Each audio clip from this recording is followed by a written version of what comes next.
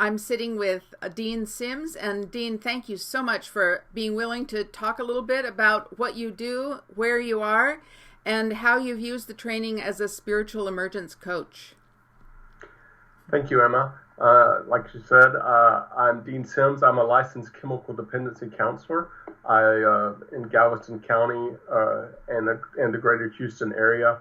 I utilize spiritual emergence coaching every day working with addicts. I find that since it is a spiritual, the solution to addiction is spiritual, that this spiritual emergence coaching brings that to the table. So I'm always helping them to draw out that spiritual piece because I have clients coming in who are having psychosis and experiencing other phenomenon, and rather than pathologizing them, I'm able to redirect them to some other possibilities. In fact, I've got a client right now. He's just so grateful. He's been they tried to shoehorn him into the mental health system, taking medications. He felt bad about himself. He felt like there was something wrong with him. And he was hearing voices and using methamphetamines. And a lot of my clients open themselves up to the spiritual realm using drugs and alcohol. And it's usually a very low-level experience of that. So I'm able to help them see their experiences from a different perspective and see that it's not so much about what's wrong with them, but that the experience that they are having is giving them information of what they need to work on and how they can start to draw that out. So it's useful. I use this stuff every day with clients. That's great.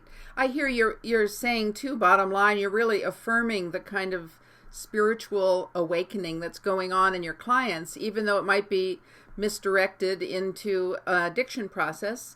Underneath that addiction process is a desire to grow on a spiritual level. So it's fantastic that you can affirm that in them and not be pathologizing, because when we, of course, pathologize and we're focusing on the negative rather than the positive.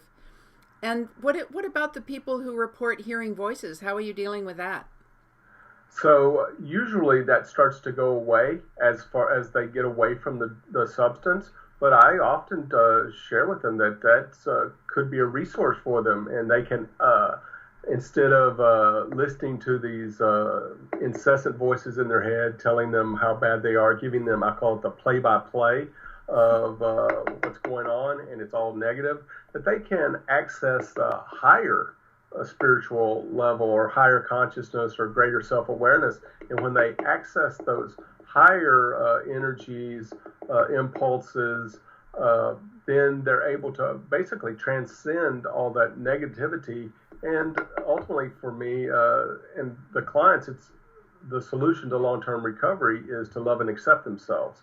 And they'll often see then that they have a resource, that's the idea of spiritual guidance or higher self, that is really comforting for them. And instead of seeing, well, I'm hearing things as I'm crazy, it's okay, I perhaps have a gift. And I often tell them if they were born back in the day, they would be a prophet, quite possibly. Or they could be the madman too, because as they say, the waters that the madman is drowning in is the same one that the mystic is swimming in. So I try to teach them to swim with it, if you will. Fantastic. Well, Dean, it's been really wonderful to be able to talk to you a little bit about how you're using what you learned in the Spiritual Emergence Coach training. And I hope to return to you another time and to talk to you further, because you've got such a richness to offer in your practice. So thank you very much for your time with us tonight. Thank you.